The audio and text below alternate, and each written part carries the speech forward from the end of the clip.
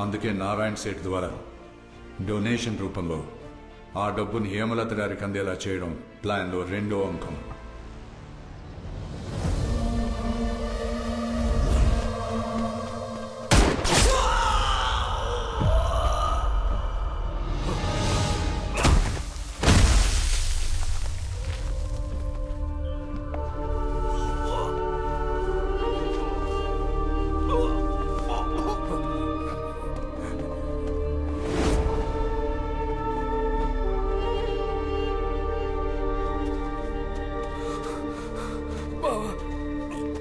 చిన్నప్పటి నుంచి నన్ను ఎప్పుడూ వదలలేదురా,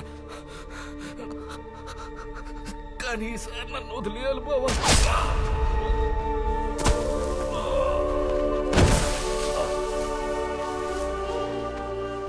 ఊరి కోసం, ఊరి బాగు కోసం పోలీసులకి వాడిని వాడు ఎరవేసుకుని